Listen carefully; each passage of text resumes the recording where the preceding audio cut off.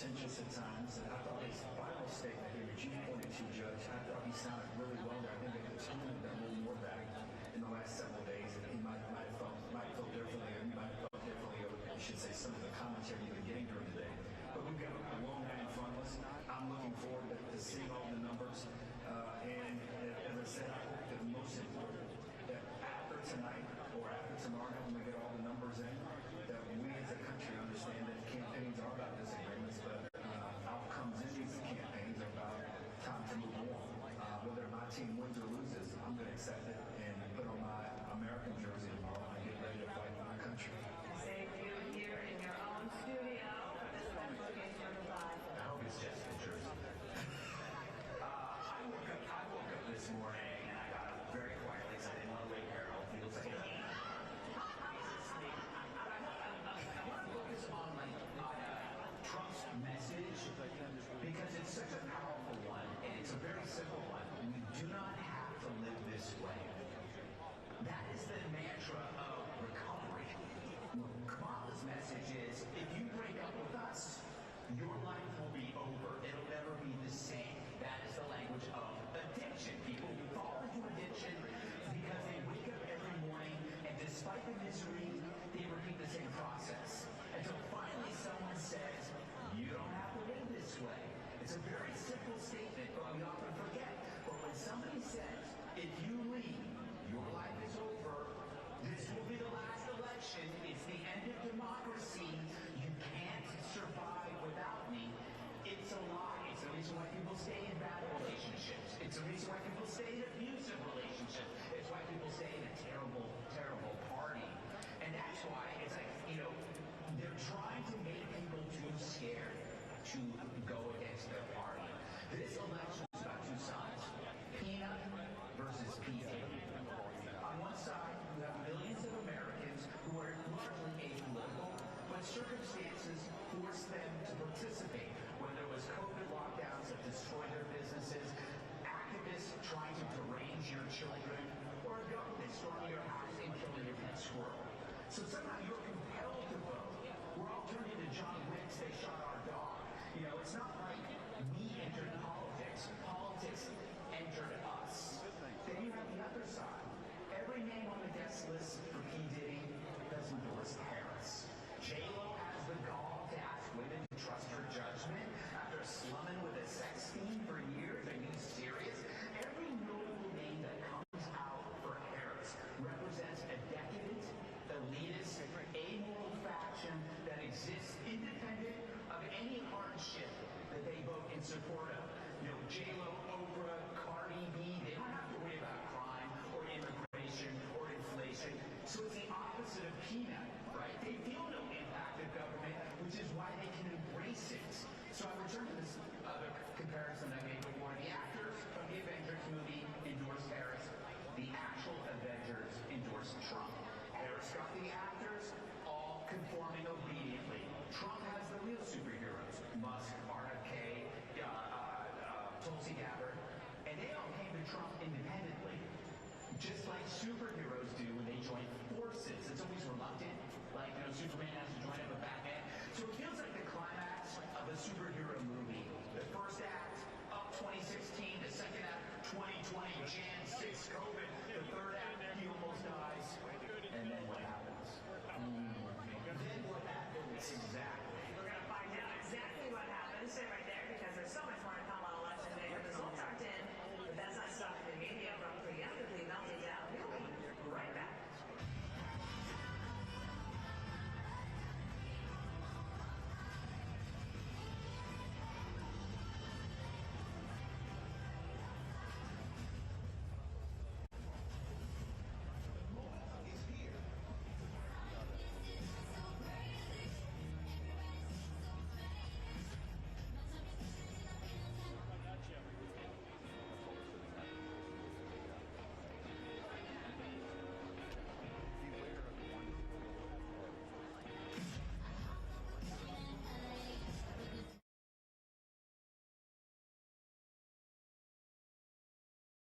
From the Associated Press, this is an Election 2024 update. Live from Washington, here is Meg Kennard.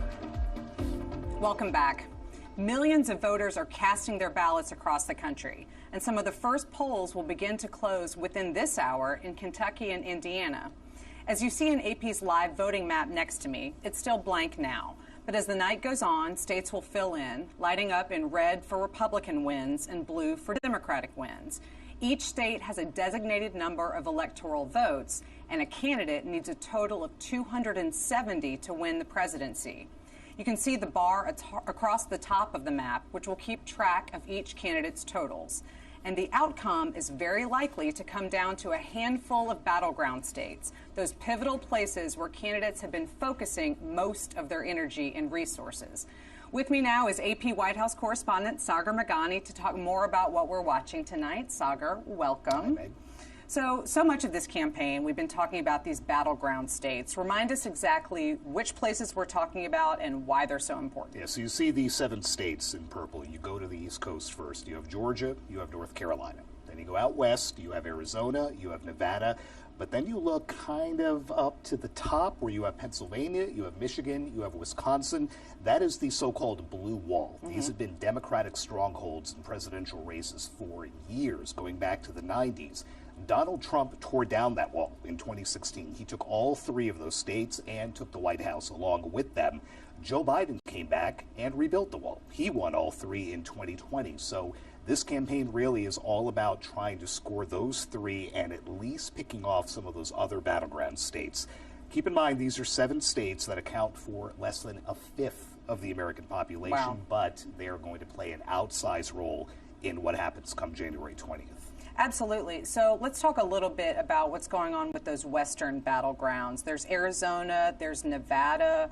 What has it been like out there, and what does recent history show us as to why they're so important this year? Well, first off, they haven't gotten nearly as much attention from the candidates as have Pennsylvania, as have Georgia, and some of those other states.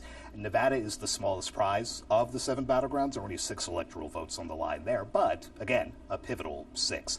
Joe Biden was the first Democrat to win in years in Arizona. So can Kamala Harris follow in his footsteps and pull that off, or is Donald Trump going to show some supremacy going further out west? What about the ones in the South, North Carolina and Georgia? I know both of those states had a lot of rebuilding to do after Hurricane Helene, before voting was supposed to start. How have hurricane politics really played into some of what we've seen in those 2 battlegrounds? They were going to get visits from these 2 campaigns either way, just because of their importance. But then you can turn it into, we're here to help. In Trump's case, it was the federal government. The Harris-Biden administration is not helping you. I'm here to help. For Harris, it was showing that we can help. There was a lot of question, a lot of uncertainty about, like you said, how the hurricane damage would hurt people voting in western North Carolina, which would be a GOP stronghold. But officials there say that they were basically able to work a miracle and that their polling outpaced other parts of the state leading up until today. So that does not seem like it's going to be much of a factor at all. With that said, North Carolina, reliably Republican. Can Kamala Harris pull it off there? So interesting. We've heard so much about the battleground states, but it's really good to just kind of be reminded of how they came to be and why there's so much focus. So I really appreciate those insights. Watch that purple. Yep, we'll be talking a lot more about them tonight. But coming up, a conversation on the role that AP plays in U.S. elections. We'll leave you now with a quick look from AP's Nandini Gupta at why the U.S. uses the Electoral College in presidential contests. Back in about 5 minutes. See you soon. Thanks, Meg. Have you ever wondered why a candidate can win the popular vote and not the White House? Isn't the whole point of voting so that people get to decide who gets to be president? Well, not exactly, and that's thanks to the Electoral College. The Electoral College was made in 1787 as a compromise between people who wanted the popular vote versus Congress to decide the president. So for now, a group of electors chosen by each state gets to pick the president. It's also up to each state to decide how these electors are chosen. The Electoral College is made up of 538 electors. To win, a candidate must secure at least half or at least 270 electoral votes.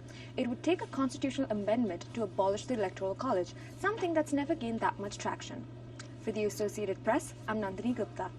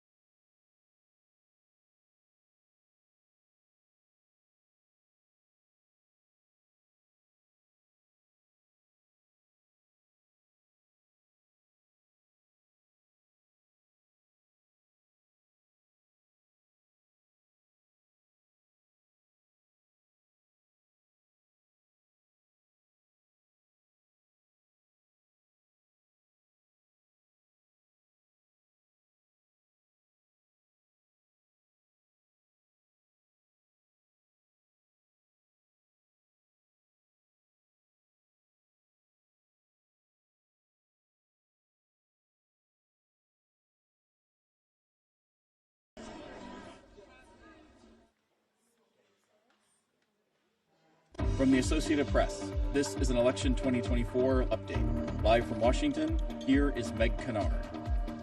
Welcome back.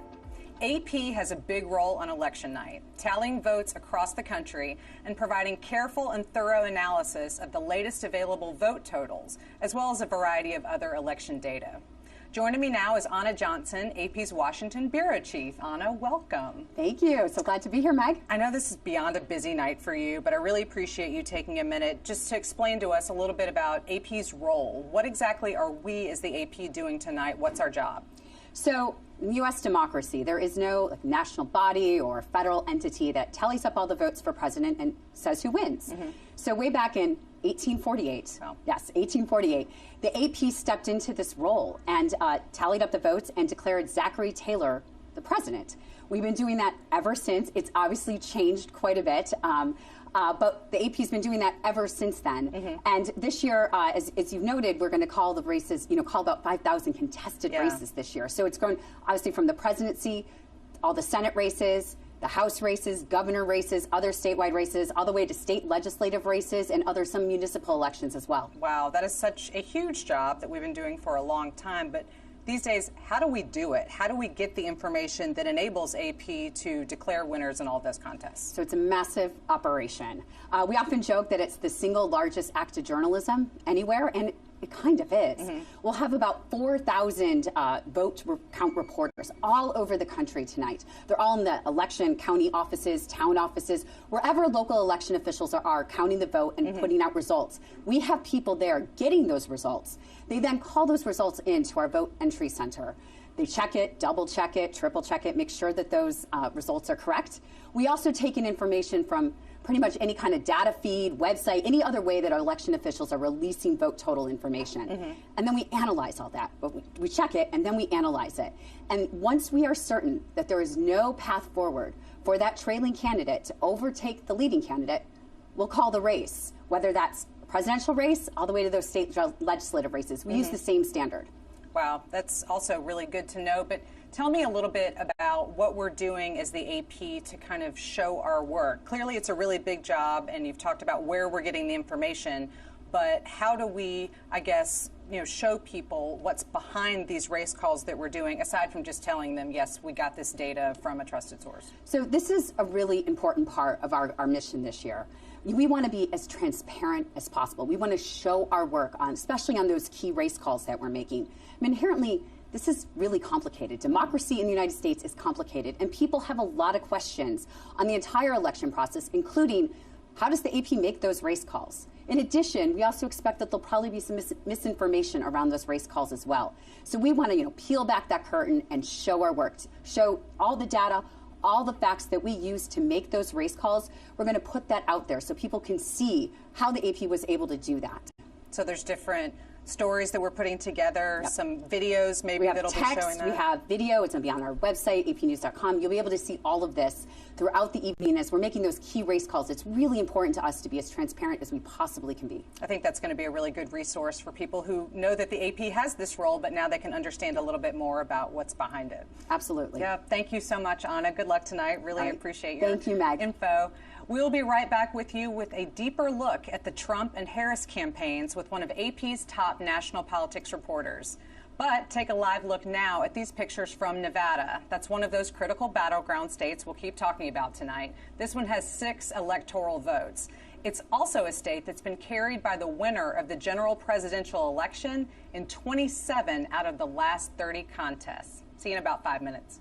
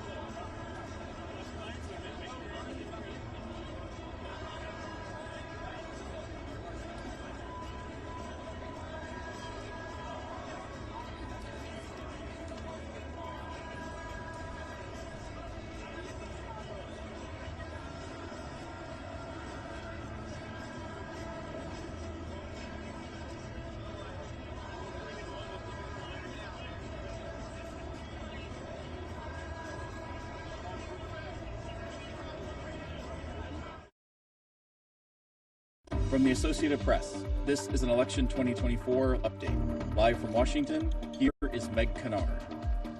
Welcome back. Political reporters like me have been crisscrossing the country for more than 2 years, reporting on presidential candidates and their campaigns across the primaries and caucuses and through this historically lengthy general election campaign. In the boxes below me, you are seeing live pictures coming to us from both of the presidential campaigns. One of these is the Convention Center in West Palm Beach, where Republican nominee and former President Donald Trump will be huddling with his top supporters tonight. We also have a live look from Washington, D.C., where Vice President Kamala Harris and her supporters are gathering to watch returns at her alma mater, Howard University. Joining me now is Michelle Price, a fellow AP national politics reporter. Michelle, thank you for being here. Thanks for having me. It has been a long year for us and people who do jobs like ours out on the campaign trail, but here we are finally at election night. What are these campaigns really looking for tonight? What are they thinking? What do you think is happening right now for them? I mean, right now they've got 2 years of buildup, waiting to see some of these results come in. They're trying to extrapolate what they can from the turnout numbers. They've been looking at early turnout, and then today at the election day turnout, looking at the partisanship of the people showing up. So we've got Republicans. We can see that the Republicans are Democrats or independent voters, and they can try to guess based on those how those might cut when we see those results. But until we start seeing those after polls close, we're really not going to know. So right now from both campaigns, we're hearing a lot of cautious optimism. They're feeling like the data, both of them are feeling like the data is pointing their way, but we're not going to really know who's right until we start seeing those results. Right, and we're probably still hearing some spin, as we would imagine to hear Absolutely. from campaigns at this point. Are there specific constituencies that both the campaigns were really hoping would activate or show up for them, especially in this closing moment? Because remember, people have been voting everywhere for weeks, leading up to actual election day. But what are the last-minute groups that they're really hoping to get their message out to and show up? Right. I mean, for both of them, they obviously want their bases to turn out the people who turned out in the past, who are kind of their supporters they can count on. They want to make sure they're not sitting this one out for any reason. On the Trump side, they've been working specifically to court younger voters, to court first-time voters, specifically men. So if we start seeing some college-age men in some of those results, that could be a good sign for the Trump campaign. But at the same point, that's a base that Democrats are always looking to court, the younger voters, college campuses. We've been hearing from the Harris campaign tonight that they're seeing high turnout for college-age students, especially in places like Philadelphia, Pennsylvania. They're seeing that as a good sign. And also just some of the new places we're seeing Donald Trump trying to make some outreach. He's been reaching out to Latino voters. So if we're looking at areas where he's been trying to make some inroads there, if we start to see some of those returns come in, that effort will have been successful for them. Yeah, definitely. We've talked a lot about the battleground states. We'll continue to talk a lot about the battleground states. But are there specific places where either campaign is either feeling really good about or been focusing even more so on? I mean, yes, I know all 7 of these places are the most closely watched, but are there any that have been particularly more important or not for either side? I mean, we're seeing the focus on the blue wall. That's kind of seen as a place that Kamala Harris has to win, or it's her strongest path as she's trying to get those 270 electoral votes. Pennsylvania has obviously been a key focus for a really long time for both of these campaigns, but North Carolina is an interesting one to watch because that is a place that Donald Trump has won in the past, but he made a bunch of visits there in the past few days, and that's not a thing you do if you're not worried about how you might be doing there. So he's trying to lock that one up. Yeah, that has been interesting to watch as we see those releases come out in the advisories, like yet again North Carolina visit. So it does start 2 days in a row. That's right. Wow, that's a big number for this close to the campaign. Right. Thank you so much. I know it's a super busy night, but this is really important info. So thank you for being here with us. The presidency is tonight's biggest prize, but we'll be back soon with a look at what's at stake in congressional races across the country. Let's take another live look at voting video coming into us from Wisconsin. That's one of those battleground states we've been talking about and part of that blue wall, and it has a total of 10 electoral votes. It's also where Republicans held their nominating convention earlier this summer. Back in a few.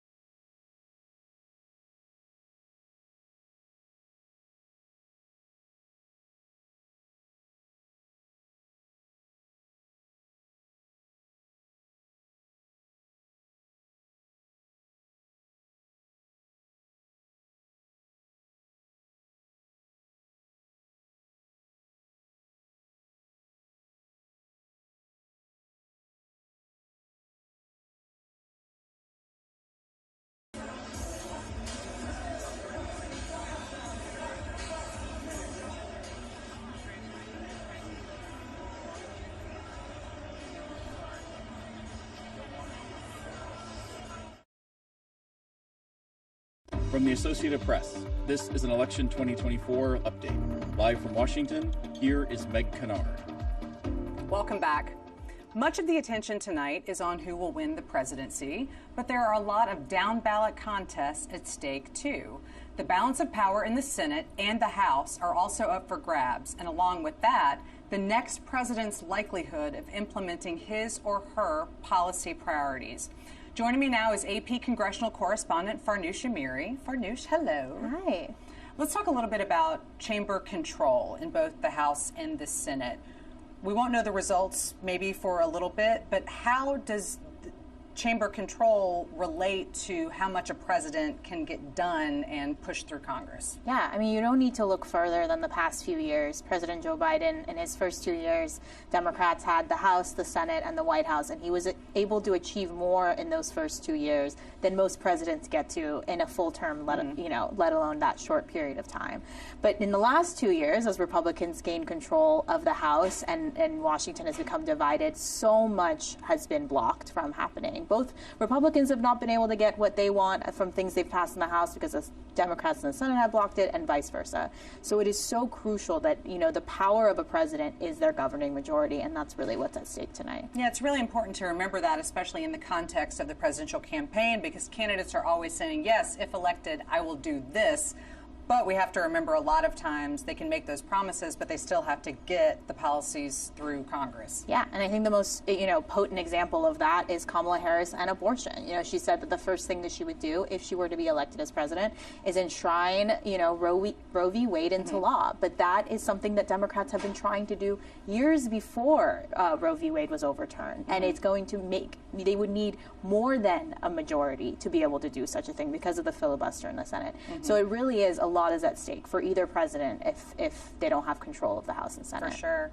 Let's talk a little bit about the Senate in particular. Where are some of the races that you're watching most closely tonight? What's on your radar? Yeah, I think Montana and Ohio. I mean, you have two senators there, Senator John Tester and Senator Sherrod Brown, who have been there for several terms, who are known quantities in those states, but are facing really, really difficult elections this cycle. And what you're going to see there is that is the difference. 1 seat, 2 seats is the difference between Republicans having control and Democrats having control. And Republicans feel really good about their chances in both those states. What about the House? Where's the confidence for the parties, and where are the important races that could really make the difference? Yeah, I mean, the dozen or so races across the country are oddly placed in New York and California on either sides of the coast that are blue, solidly blue states, but they have some of the most competitive seats in the country. And Republicans are hoping to maintain those controls of those seats they won in 2020 in Biden districts, and Democrats are trying to gain back those and even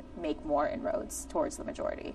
What about the chamber control specifically? If Democrats win the House, isn't there some sort of history that could be made here? Kind of remind us of what the situation is if, of course, that's what happens. And if Republicans win, what do you expect to see from their leadership in the House chamber? So if Democrats regain control of the House, which they feel extremely bullish about their opportunity to do so as far as the map, Hakeem Jeffries, the Democratic leader, would become the first black speaker of the House of Representatives. So he would be joining Kamala Harris if she gets along that, the ride with him in making history. But if Republicans maintain control of the House, Speaker Mike Johnson, who has had a tough year on the job, will, be able to either maintain his role as Speaker or face a really, really nasty Speaker race next year. Thank you for giving us an update on what's happening in the Capitol races tonight, and we'll let you get back to monitoring all of this for AP. Thank you so much. Thank you. We'll be back to talk about voting changes and election security. But for now, here's a quick look from Nandini Gupta at the two major party mascots and how they came to be. Stay tuned. Back in 5 minutes. Thanks, Meg. Have you ever wondered why we use a donkey and an elephant to represent our two major political parties? Since the 19th century, political cartoons have often been a creative and often exaggerated way to tell people about different political campaigns. They were used to tell people about what was going on, especially at a time where 20% of American adults were considered illiterate.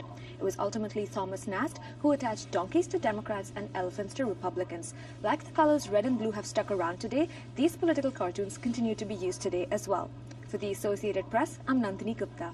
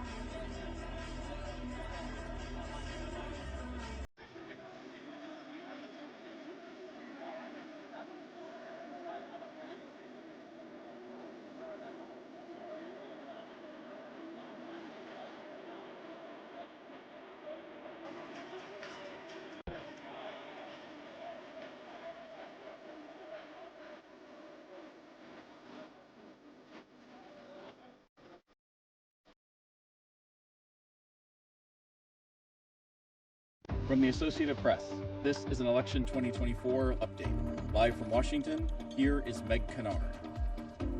Welcome back. There's perhaps more attention than ever this year on security around voting. Across the country, there are many new measures in place related to the election, thanks in part to some issues with voting and counting in the past in states like Arizona. Joining me now is Christina Cassidy, who covers election security and voting issues for the Associated Press. Christina, hello. Hi, Meg. How are you? I am good, and I want to hear how you're doing, but I also want to hear how voting is going. What's it like out there today? Well, when it comes to voting, it's been relatively smooth, and that's the good news. There's been some hiccups and some problems along the way, but they've all been pretty standard and typical and what election officials prepare for. It's everything from, the poll worker who forgot the key in, Arizona to, the election judge who didn't show up on time in Pennsylvania. So it's been things like that. So there's been some delays. We have seen some court orders extending polling locations in a few places because of some issues. But again, this is all standard stuff that we've seen before. Right. Yeah, I remember in elections past, sometimes that'll happen and a certain jurisdiction will say, yes, let's just go a little bit longer, but that's nothing abnormal. Correct. What about changes that we're seeing around voting security compared to 2020? I know there was so much attention kind of around that election and afterward about how secure the process had been in different places. What have we seen implemented for this election that's a little different? Well, when it comes to security, there's kind of like two separate areas. There's kind of the cybersecurity component of things, and then the physical security that election officials have been focused on. When it comes to cybersecurity, election officials have been, working hard to make sure that they have all of the processes in place to make sure that the process is secure. And so we've been hearing from the U.S. Cybersecurity and Infrastructure Security Agency today. They have not detected any type of malicious activity that could impact anything to do with the election. And then when it comes to physical security, election officials have been working really hard to make sure that they have things like bulletproof glass and panic buttons for poll workers, in the event that, something were to happen. And so as far as things go today, there hasn't been any major issues. We did see some bomb threats that were reported in Georgia earlier today, but that only disrupted voting, short delays. They were able to get everything, cleared and back running so people were able to vote. Are agencies kind of putting out periodic information and updates? Because I often think, if I were in that sort of job, I would want to be addressing information as things happen and trying to assure people that the process is secure, or if they need to make any changes. Are you getting regular updates from people? We are. As I mentioned, CISA, the cybersecurity agency, they've done a number of briefings. More are expected into the evening. I think the last one is at 11:30 tonight. And then, of course, we've been on numerous calls with various voting rights groups that keep track of problems, just to make sure that, if we hear about anything, that we are, marshaling our resources. And the AP is wonderful. We've got reporters in every state, and we're all working together. We're all communicating. We're all, making sure that, we're staying on top of any reports of any problems. When you hear from some of those officials and also the outside groups that are tracking voting as it happens today, how does it seem like people are feeling? You've mentioned some of the things that have been going on, but do they feel confident in how the process is playing out too? I think when you speak with election officials, they feel like they have been preparing for this day for 4 years, which is true. That's what they've been doing. And, they have the plans in place to make sure that they can address any problems that come up. And so I think election officials certainly are feeling, cautiously optimistic that things are going smoothly, and I think the voting rights groups as well, they've been reporting out that, they have seen minimal problems and that they're encouraged by that. Got it. Thank you so much, and we'll let you get back to tracking all of this for AP on this election night. Thank you. Thank you. Coming up, we will have more information from AP Votecast on sentiments from the American electorate. But for now, we will show you these live pictures coming in from the state of Arizona. That's another battleground where polls will be open for several more hours. Back with you soon.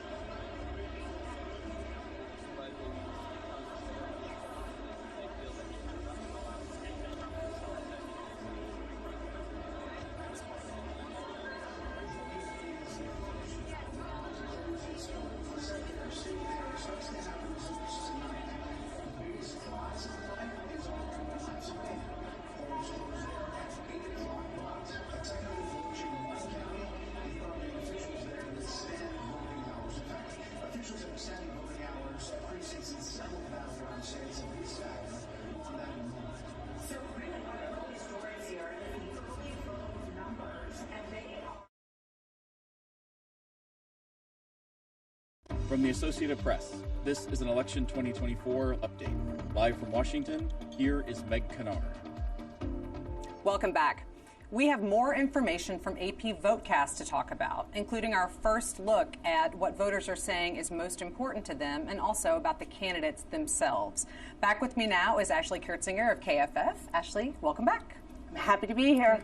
Wonderful. So let's talk about what voters are saying about the most important factor for making their choice. What does AP Votecast tell us? Yes, we've been digging into the data, and AP Votecast shows that half of voters said the future of democracy was the single most important factor in their decision to vote. That's followed by about 4 in 10 who said the rising cost of groceries and gas was the most important factor. So once again, the economy is looming large. Definitely. And again, going back to what we were saying earlier about what voters have said is really top of mind for them. And one of those most important issues at stake in the campaign, we're seeing that now bearing out in the choices that they're making. Absolutely. Following that is 3 in 10 who said free speech.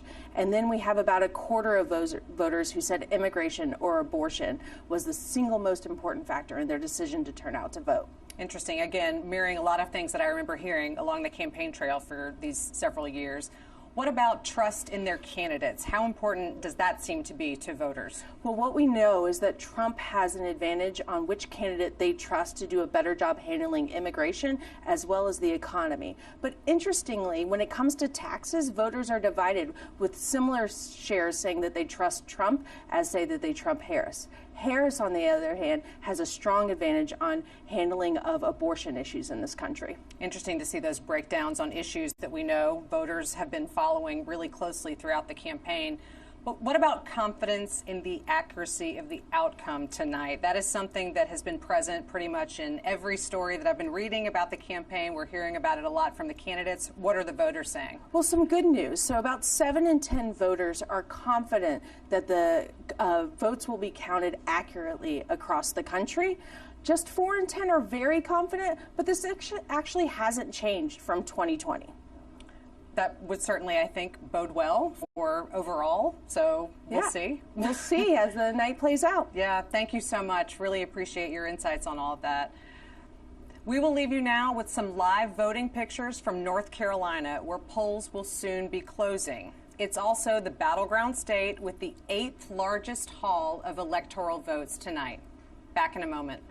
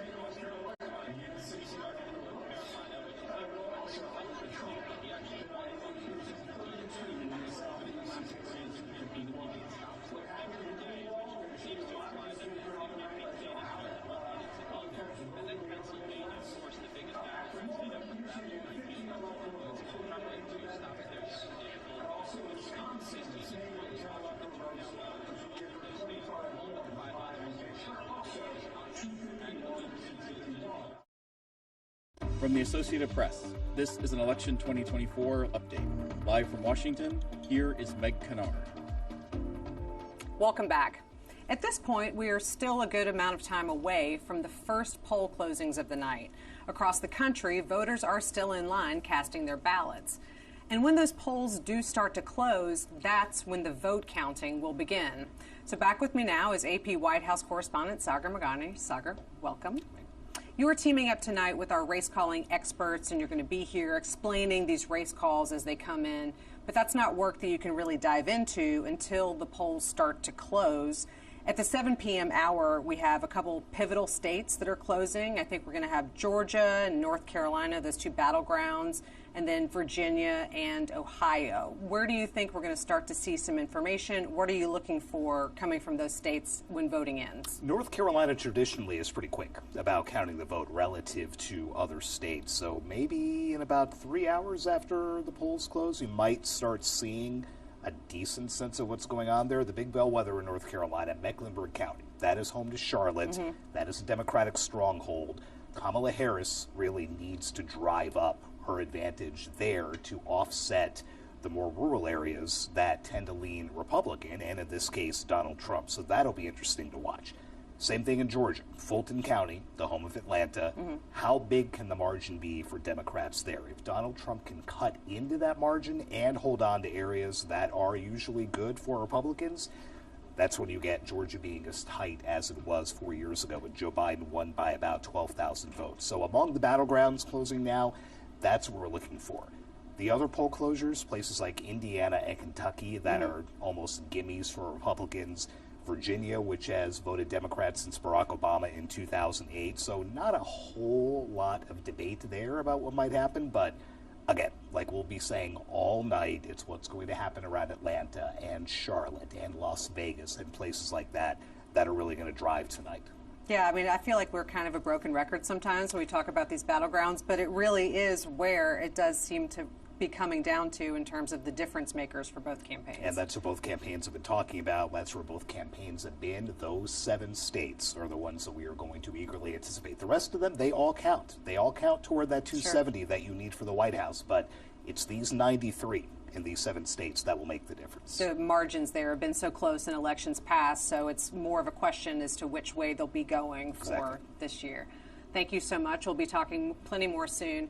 We'll be right back to talk about some changes this year in the way that ballots are cast and counted. But for now, here's some live pictures from Pennsylvania. That's part of that blue wall we've been talking about all night. And it's also the biggest battleground prize with 19 electoral votes. Back in a moment.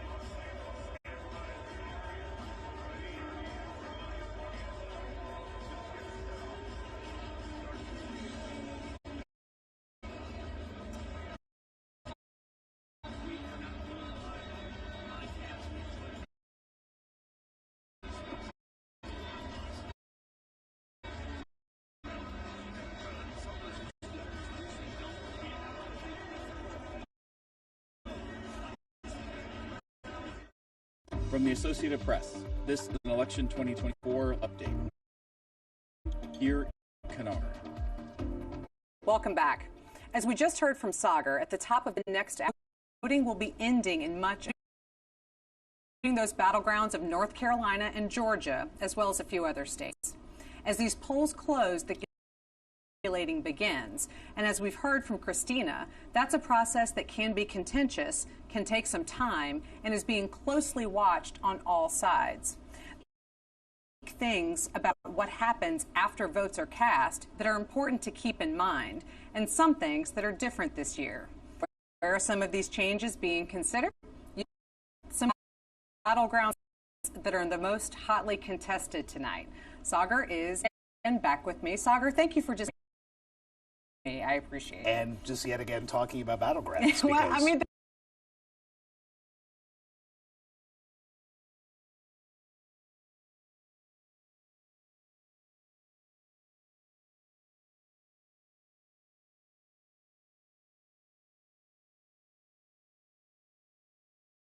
which within the last month, its Board of Elections, which is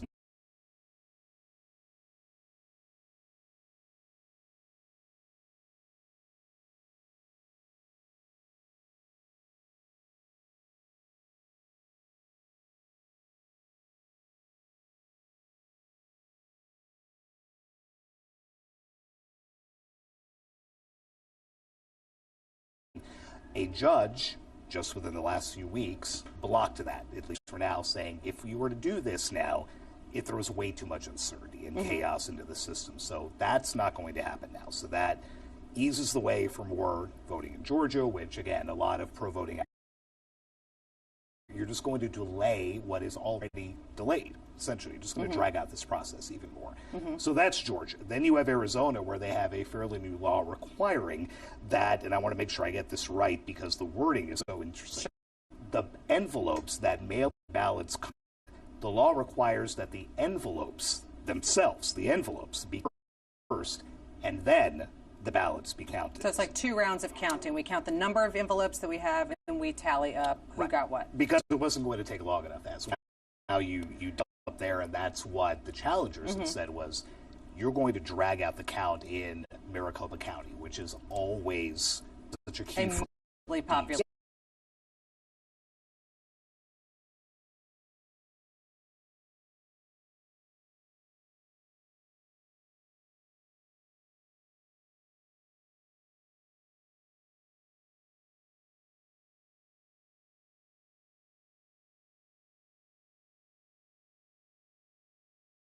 Yeah, there have been a couple of court decisions within the last few months regarding, for example, ballots. Counted ballot was damaged. There was a whole debate over whether you would then be allowed to cast a provisional ballot on Election Day itself. And the state Supreme Court just last week rejected an appeal from Republicans that would have said you cannot cast a provisional ballot at that point. Again, voting advocates cried foul, saying you just disenfranchise people for no reason. Right? They did not do anything on a court. So that was a loss for Trump Republicans, but they did at the same time claim victory again in the state Supreme Court in a decision over. It's been kind of a give and take in a lot of these key states, and it's going to complicate to a degree the counting, but the going to be the counts to start. Sure, but why not just change some stuff almost at the last minute to make it even more complicated? Just to make it even more interesting than it already been. Keeps our jobs interesting, for right. sure. Thank you, sir. We'll be back soon. And we will be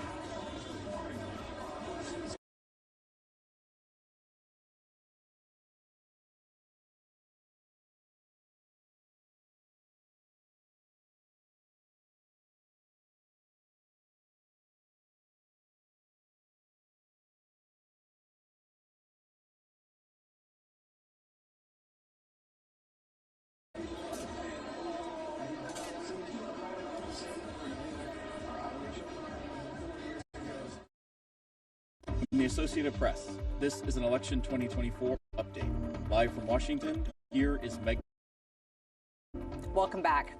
We're coming to you now with the first round of poll closings and the 8 race calls of the night. The Associated Press has declared Donald Trump the winner of 2 states, Indiana. AP has also declared Kamala Harris the winner of the state of Vermont. Let's take a look at our live voting map you can see next to me. Now, and Kentucky go up in red for Donald Trump.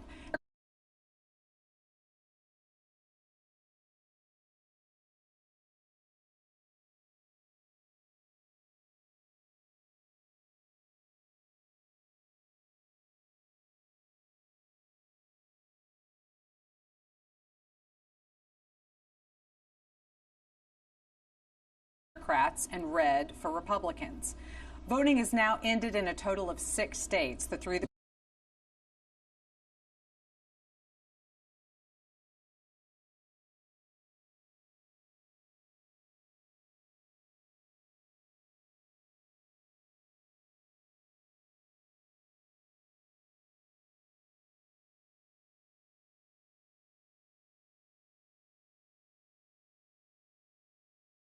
Surprised at all. Let's first say why the AP was able to call these right as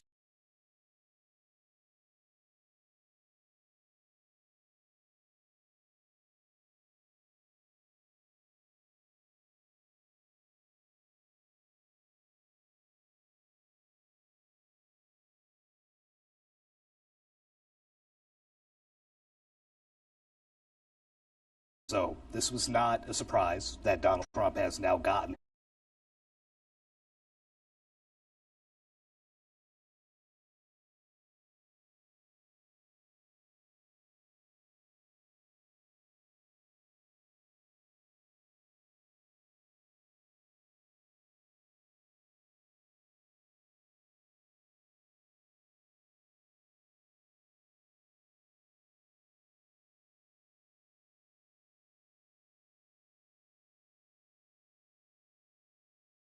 There'll be more poll closings coming up at 7:30 in West Virginia, Ohio, and North Carolina, one of our battleground states tonight.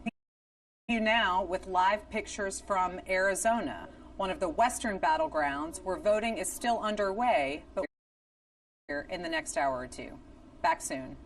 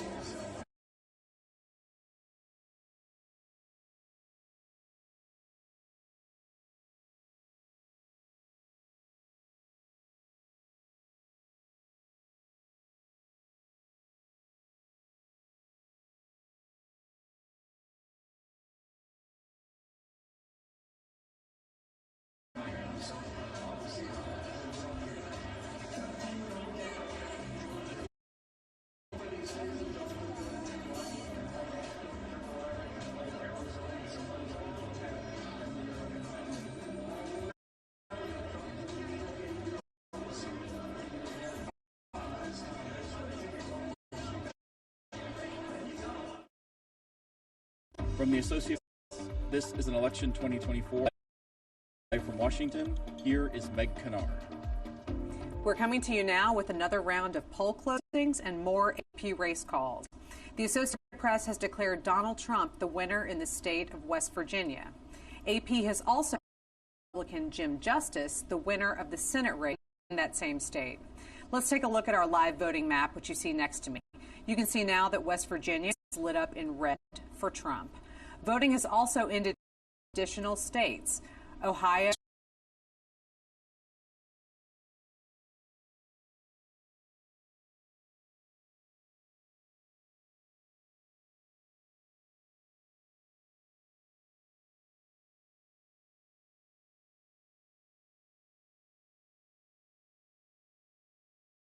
was expected. He ran up huge wins in 2016 and 2020. So a win in West Virginia shortly after poll closing, not even the slightest bit of a surprise that we've now added that to Donald Trump and given him another 4 electoral votes. Our viewers can see on the top of their screen that metric that's showing them electoral votes for each candidate. So now Donald more to his side. What about the Senate race? So I have been following this race a little bit, and I can already tell you that people are probably wonder if they're going to see Senate here in Washington. Was this a surprise in the West Virginia Senate race? It also was not a surprise, and it's an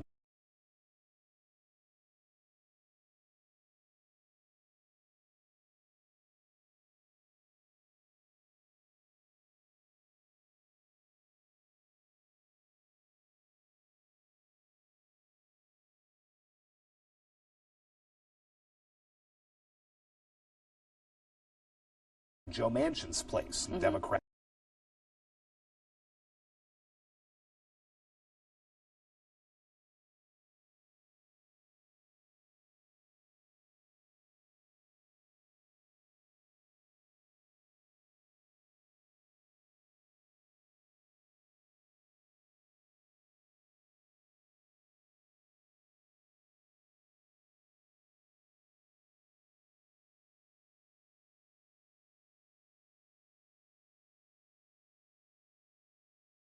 Bernie Moreno is a Cleveland businessman. Donald Trump backs him. This has been a very tough race, and Sherrod Brown is seen as one of the very good chance of losing his seat. And again, as we said, at this moment, a 50-50 Senate and 49 Republicans if Sherrod Brown cannot hang on to win a 3rd straight term.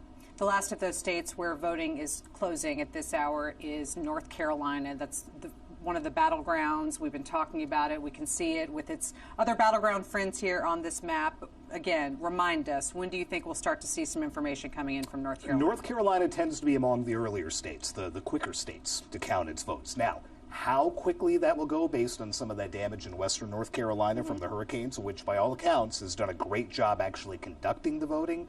Now the question is how quickly they can count those votes. So whereas you would usually get fairly quick results in North Carolina, might take a little bit longer than it usually does this time. Got it. We will keep an eye out for more info, and we'll be back with you soon. Thank you all for being with us. At the top of the next hour, we will have more poll closings. Actually, the night's biggest round, 16 states plus the District of Columbia. That's a total of 171 electoral votes, including 19 from that battleground state of Pennsylvania. We'll leave you right now with live pictures as they come into us from New Hampshire, up in New England. Back with you soon with more AP race calls and poll closing information.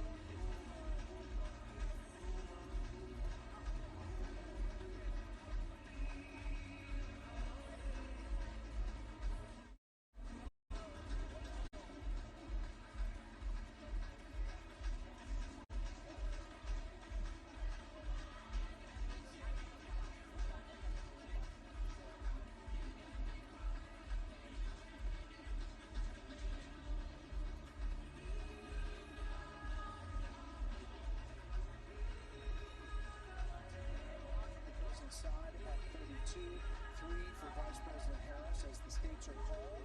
We will continue to see that, and obviously 270 is the magic number. Yeah, long way to go. A lot of filling in of this board and these states, but some places are getting very interesting as we get closer to our next round of poll closings, which are coming up in just a little while. And that will include Florida, where the Trump campaign is watching the results tonight. Let's go to Steve Harrigan. He is at Senator Rick Scott's campaign headquarters in Bonita Springs, Florida, which has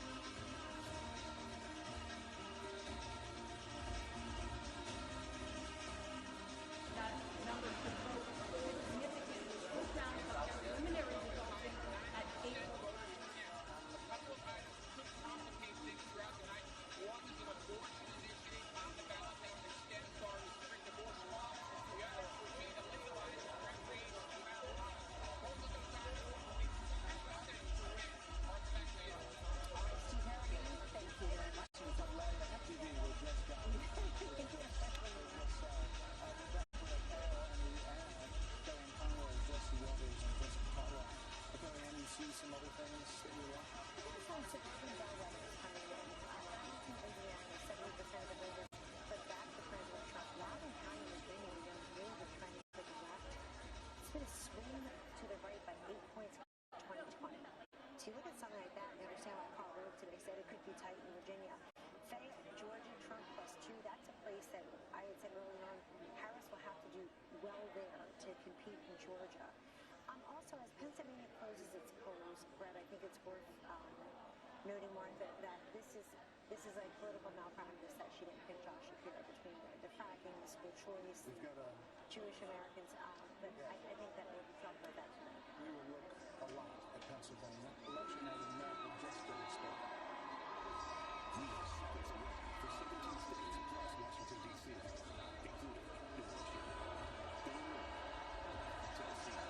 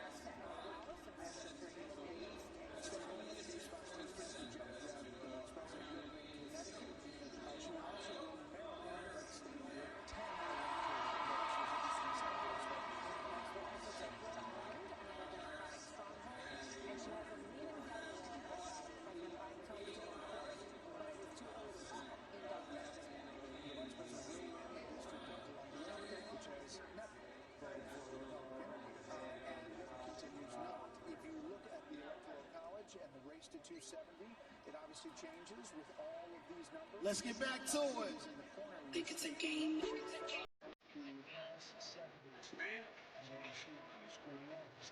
Rest in peace, Rich Homie Quan.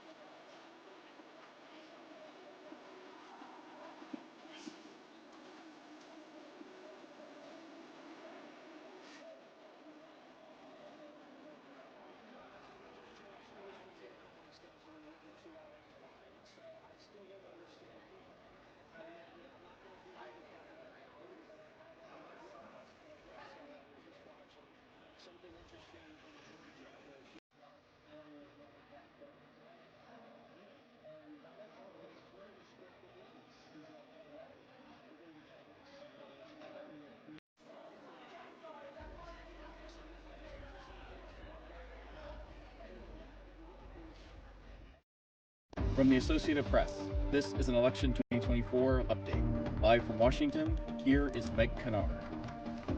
Welcome back. We're coming to you now with another round of poll closings and more AP race calls.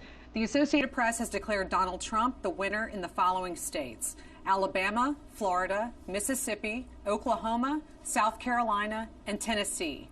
AP has also declared Kamala Harris the winner in these states: Massachusetts, Connecticut, Maryland, and Rhode Island. Let's take a look again at that live voting map you see next to me. These states called for Donald Trump are showing up in red, and states called for Kamala Harris are appearing in blue. At this hour, voting has also ended in 16 states plus the District of Columbia. This swath of closings stretches from Maine and New Hampshire down to Alabama, Tennessee, and Mississippi in the South. Joining me to talk about this is yet again Sagar Magani. Hello. Hello. So with these race calls that we have at this hour, what do you see in them? I know that Florida is a massive tranche of electoral votes. The AP has called it for Donald Trump. Is this a surprise? How are we feeling about how much is expected? Yeah, this is not the days of the hanging chats. This is not the very, very narrow Supreme Court decided George W. Bush beating Al Gore. This is a state that has not gone Democratic in a presidential election since it went for Barack Obama in 2012, and that was a very narrow victory. Donald Trump won Florida in the last two races, both in 2016 and in 2020.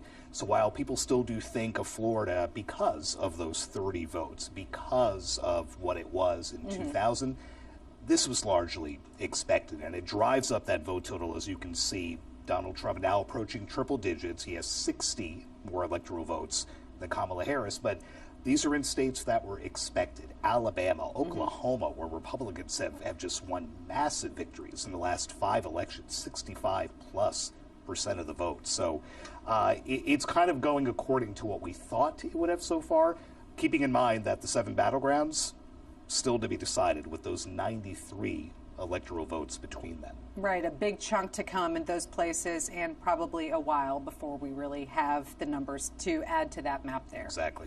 Thank you so much, and thank you all. We will be back with more AP race calls and updates as we get them. But we'll leave you now with these pictures from San Francisco, where voting on the West Coast is still ongoing at this hour, and polls will be closing soon. Back with you in a moment.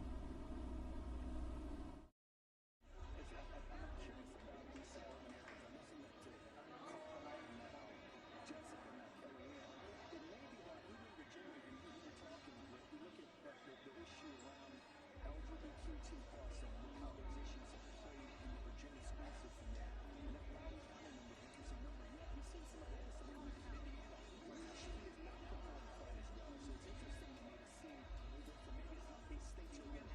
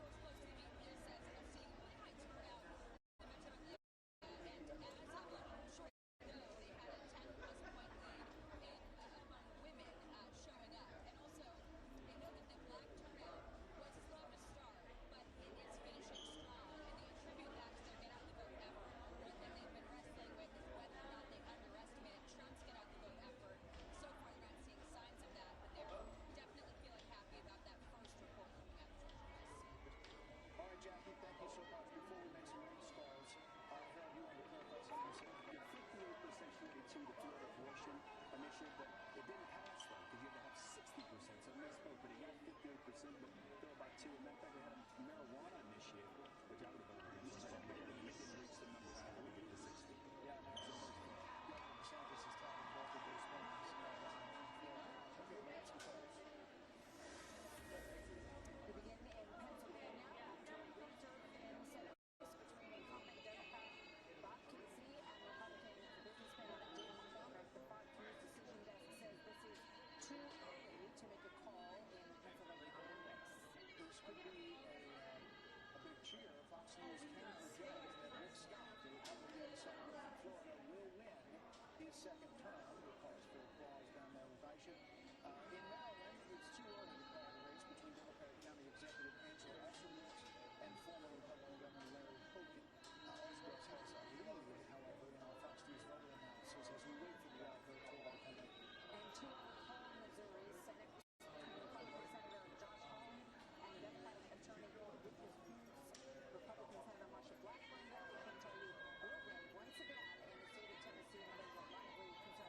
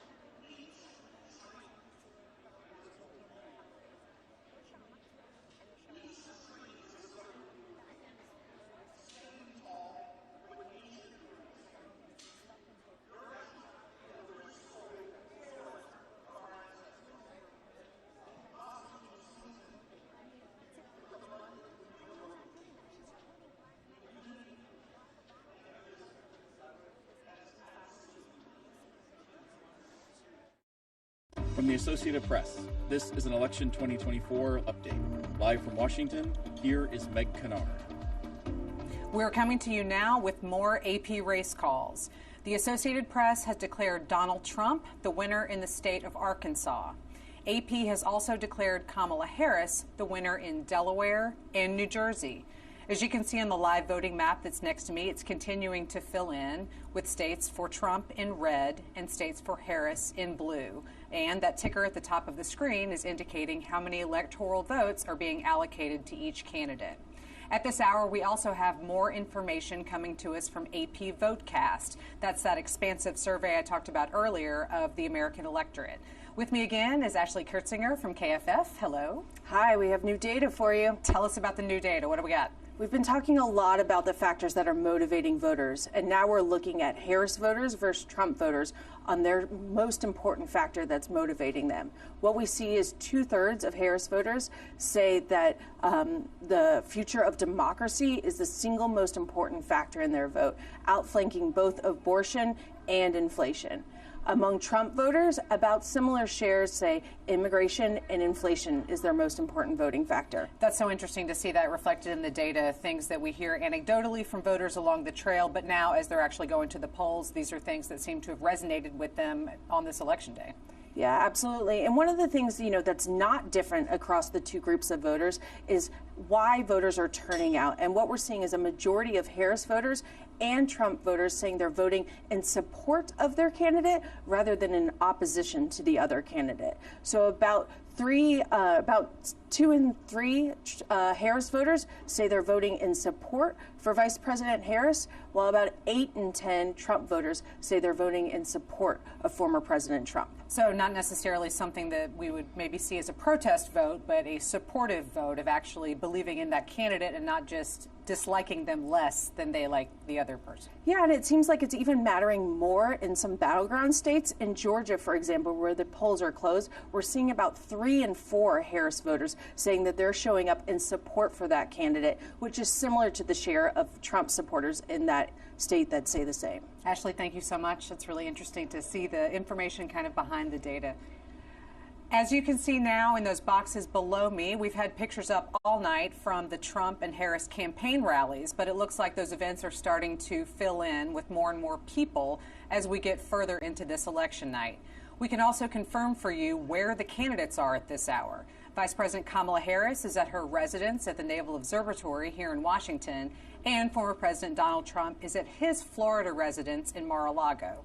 We will be back with more AP race calls and updates as we get them and bring them to you. At the top of the next hour, we also have another big round of poll closings in 15 states. That includes several battlegrounds, including Michigan, Wisconsin, and Arizona. And we will leave you now with pictures from Arizona, one of those western battleground states. Back soon.